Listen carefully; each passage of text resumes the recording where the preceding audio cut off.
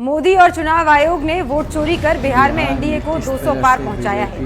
आज मैं आपके सामने एक एक कर 8 ऐसे सबूत और तथ्य रखूंगी जिन्हें देखकर आप भी कहेंगे चुनाव आयोग और मोदी ने मिलकर बिहार में जमकर वोट चोरी की। पहला सबूत, बिहार में नरेंद्र मोदी अमित शाह के इशारे पर चुनाव आयोग ने एसआईआर कर 69 लाख वोट काट दिए। जिन लोगों के वोट काटे गए वे विपक्ष के वोटर थे जिन्हें टारगेट कर लिस्ट से बाहर किया गया।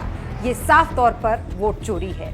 दूसरा सबूत, पूरे देश ने देखा कैसे बीजेपी के नेताओं और कार्यकर्ताओं ने अलग अलग राज्यों में वोट डालने के बाद भी बिहार में जाकर वोटिंग की। तीसरा सबूत, चुनाव के बीच बीजेपी ने स्पेशल ट्रेनें चलवाई जिनमें लोगों को टिकट दिलवाकर और गले में पटका पहनाकर अलग अलग राज्यों से बिहार भेजा गया ताकि वो बीजेपी को वोट दे सके। चौथा सबूत, ज्ञानेश कुमार ने बिहार चुनाव की घोषणा के दिन यानी 6 अक्टूबर को प्रदेश में 7.42 करोड़ वोटर बताए।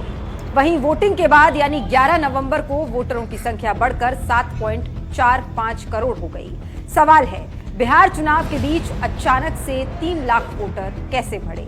पांचवा सबूत, बिहार में एसआईआर की फाइनल लिस्ट आने के बाद रिपोर्टर्स कलेक्टिव को अपनी जांच में करीब 1.23 करोड़ से ज्यादा संदिग्ध वोटर मिली। 39 विधानसभा सीटों पर संदिग्ध वोटों की संख्या 3.76 लाख थी और इसमें से करीब 1.88 लाख नाम ऐसे हैं जो लिस्ट में 2 बार दर्ज थे।